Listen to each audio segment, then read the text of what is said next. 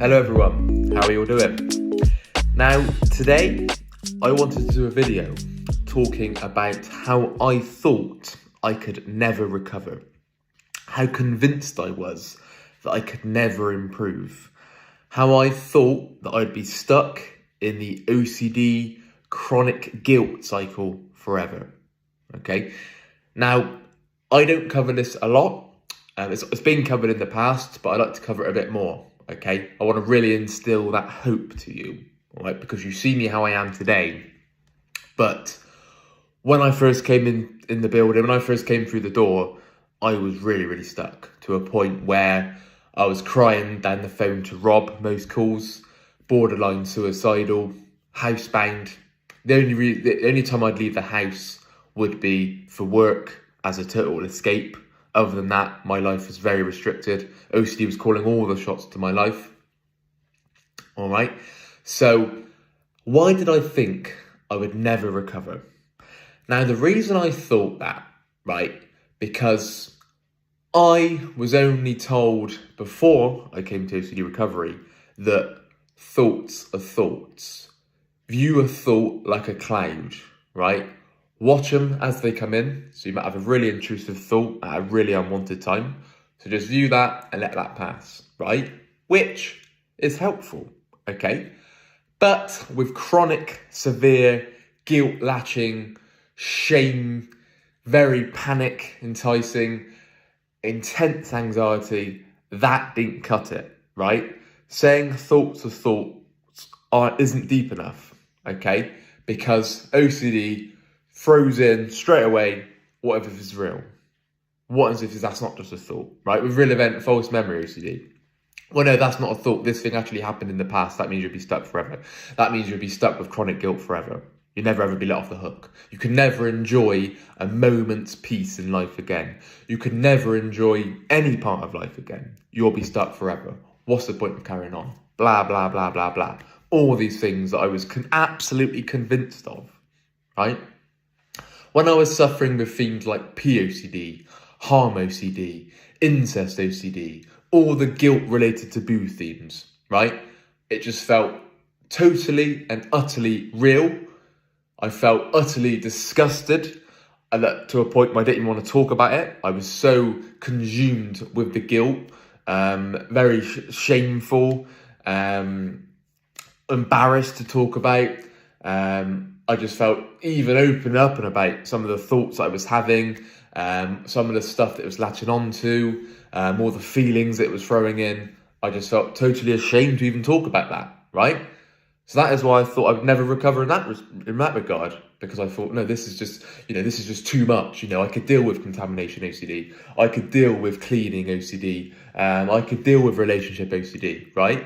But I thought my themes were just that too much to get over, right? But that is nonsense, because you have OCD, right?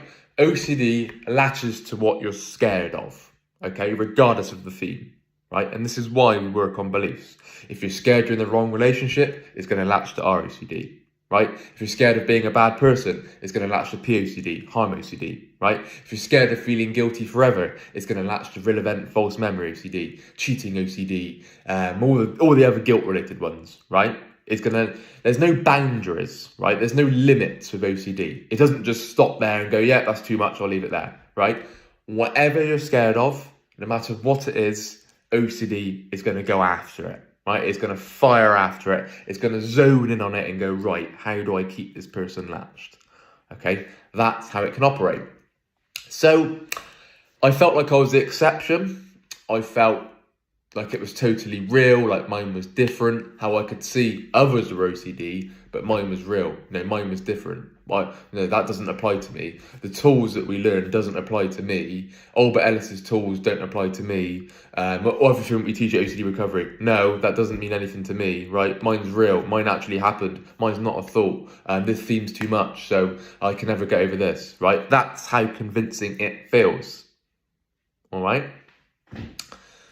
I was also very reluctant to put in the work, right? I sort of written it off from day one because I was so trapped in my own head.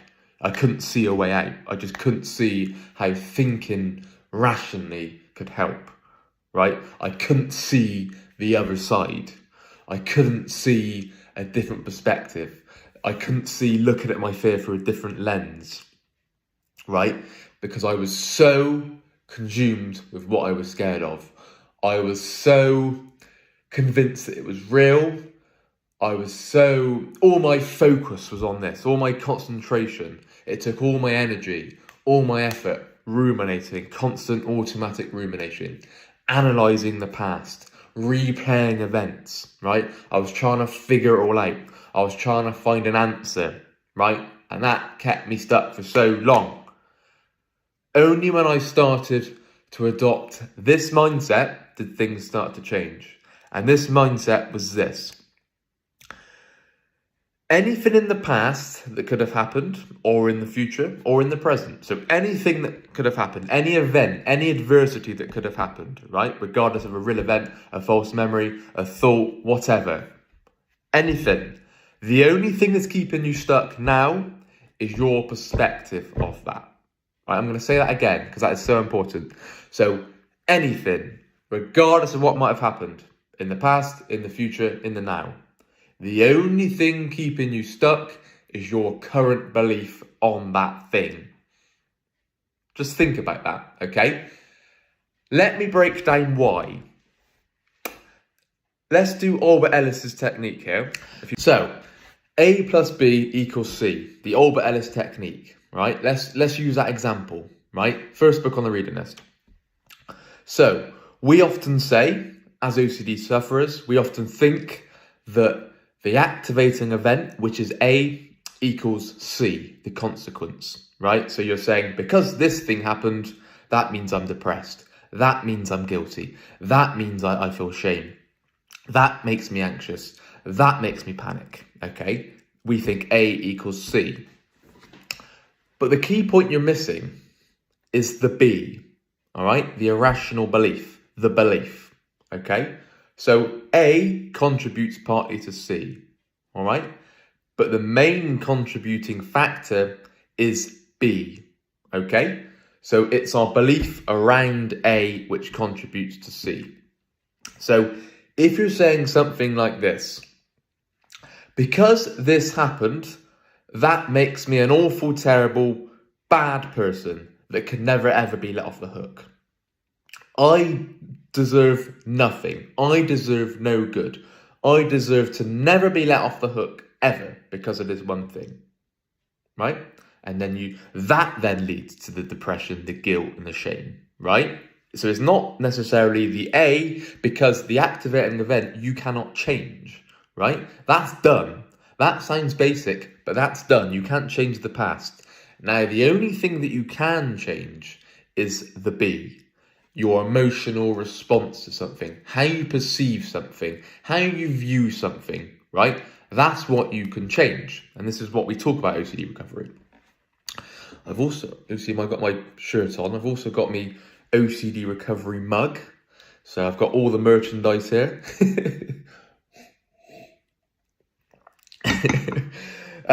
So yeah, that's so important to remember. Okay, so whatever it may be, do the A plus B equals C, right? You might, let's say the activating event is you've lost your job. You fear you're in the wrong relationship. Okay, so you say that means guilt. That means shame. That means anxiety. That means panic attacks, right? But no, it's the belief around A. That's what's keeping you stuck. That's what's causing C. Okay, just remember that. But anyway, going back to the title of the video, why I thought I'd never recover. So, like I said, very reluctant to put in the work. Felt like mine was real, mine was different. Felt like the exception. I also didn't work on life structure, right? Now, the reason I didn't do that for ages, because I was so consumed, felt so crap, felt so shit. I felt like I had no energy, no effort to actually make that immediate change to life structure, right? But if you have a call with me, what I'll do, right, I'll look at life structure straight away, right?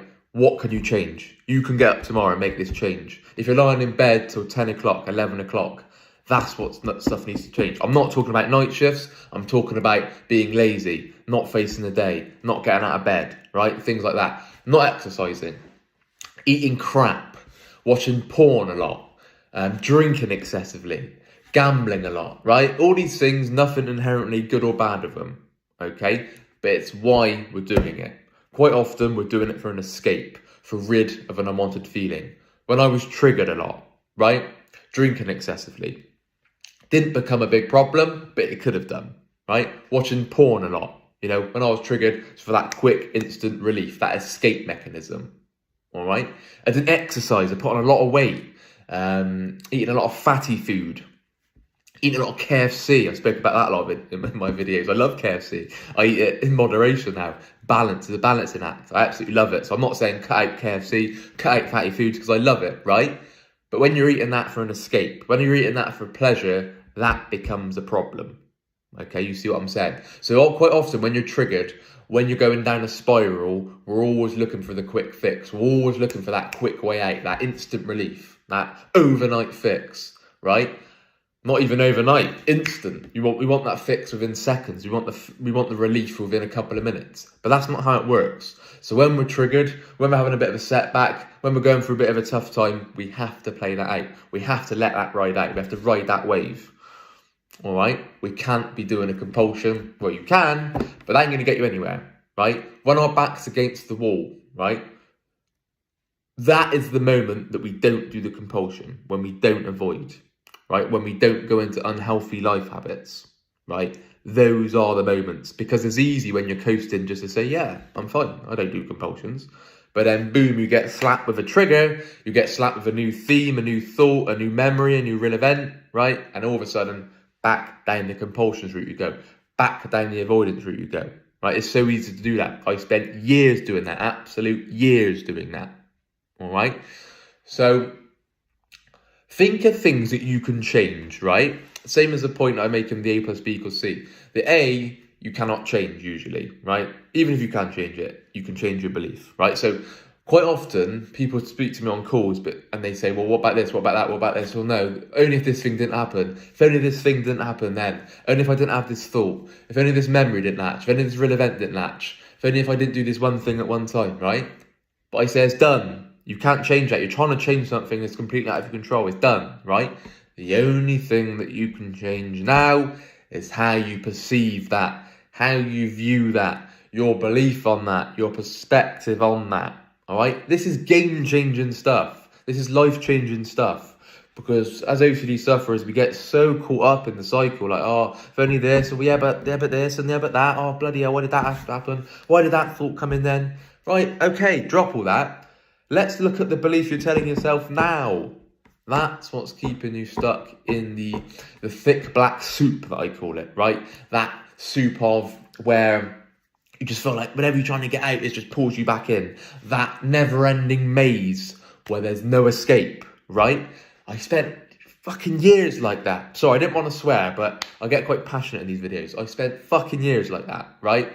Going around a maze, round and round and round and round, looking for a key, looking at real event, false memory, right? Trying to find relief, trying to find an answer, trying to find certainty. I spent fucking years like that, right? And it got me nowhere. If anything, it caused more problems because a load of more questions came up, right? And back down the rabbit hole I went, the spiraling. Bloody hell, it was exhausting, absolutely exhausting, right? And hence why I do videos and coaching calls and WhatsApps and webinars. It's because I don't want you to go down that route, right? I wasted years of my life like that.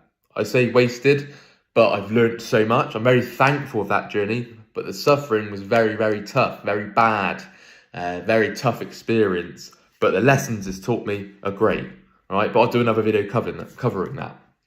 But it's such a dead end. Not ruminating, because ruminating is automatic, right? The reason we ruminate is because of the core fears. When we break down the beliefs, the automatic, the intrusiveness, that can fade over time, right? So you can't just stop ruminating. But what you can stop is trying to figure it out, right? Trying to work it all out. Analysing the past to try and get certainty, right? That's going to happen automatically. But we don't have to engage with that, right? We need to start focusing on the belief, what we're scared of, Why are we ruminating? Well, we're ruminating because we're scared, right? Remember, OCD takes orders from beliefs. All right, think about that, from beliefs. It's not just random thoughts. It's not just chucking in random pink elephants. It's not chucking in something you don't care less about, right? It chucks in what you think about the most, or what you care about the most, or what really means much to you, right? It's going to do that, okay? So this is why we break down the belief. If you're absolutely petrified of being a bad person, then OCD is going to go after any moral thing, anything where you could feel guilty, anything where you could end up in jail, anything where your life's completely over, or that's exactly what you'll be saying to yourself, right? But you start breaking down how that's completely irrational, thinking things like that. OCD will go after things where you may be rejected, you may be abandoned by loved ones, by family, by others. All right, that's what it does. That's the nature of the disorder.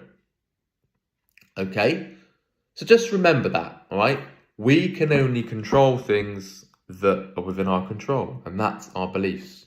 Right, we spend so much trying to control things completely out of our control. Right, just away from OCD. For example, trying to control or trying to get someone to believe a certain way, right? You see it a lot in very heated debates, right? For example, political debates, religious debates, financial debates, sporting debates, any debate that gets quite heated, people with differing opinions and very strong, passionate opinions, right? Nothing wrong with having a strong, passionate opinion. We're human, right? It's great to have a passionate opinion, right? But the problem is when we start screaming, when we start shouting, and we need to get our point across. You must understand me, and if you don't, that'll be terrible. Hence why anger comes in. Hence why rage, pity, revenge, vengefulness, right? Because people feel like they need to understand me. That, for example, this is what I do now. So I observe, right? I see things with different perspectives, right? I see, yes, I might not agree with you, right? But I can see or try and understand why they think that way, why they have that belief, why they may have done such a thing. You can do it with people who've done acts you disagree with, right? You can, okay, I completely disagree with that and I condemn that act, but why would that person done such a thing, all right? And this is when unconditional acceptance comes in. This is when compassion comes in, right? Because you're not just seeing it through your narrow-minded, one-sided lens, right? It's seeing things through different perspectives, different angles, all right, and not being that rigid black and white thinking, okay? Because when we do that, we often tend to write things off, we write ourselves off, and then that leads us into all kind of emotional trouble, emotional turmoil, and this is why the rigid demands that we place on ourselves and others, it just leads to it contributes to the guilt and the panic and the shame, all right? I think I'll leave it there. I want to go on a lot longer, but I don't want this video to keep cutting out because it's very annoying for you watching it. All of a sudden I'm talking and I just freeze like that. So it's very annoying. So I'm going to go away and sort out my phone, see what's going on. I think I'm doing an upgrade actually. So hopefully that sorts something out with storage. But storage is fine. I really don't know what's happening, but I'll look into that. But anyway, I hope you've enjoyed the video. If you have, please leave a like. If you're interested in our one-to-one services, our webinars, our coaching calls, our WhatsApp groups, please email phil@ocdrecovery.com or use the WhatsApp link in the description. Any comments, any video suggestions for me, please leave a comment and I'll speak again. Bye-bye.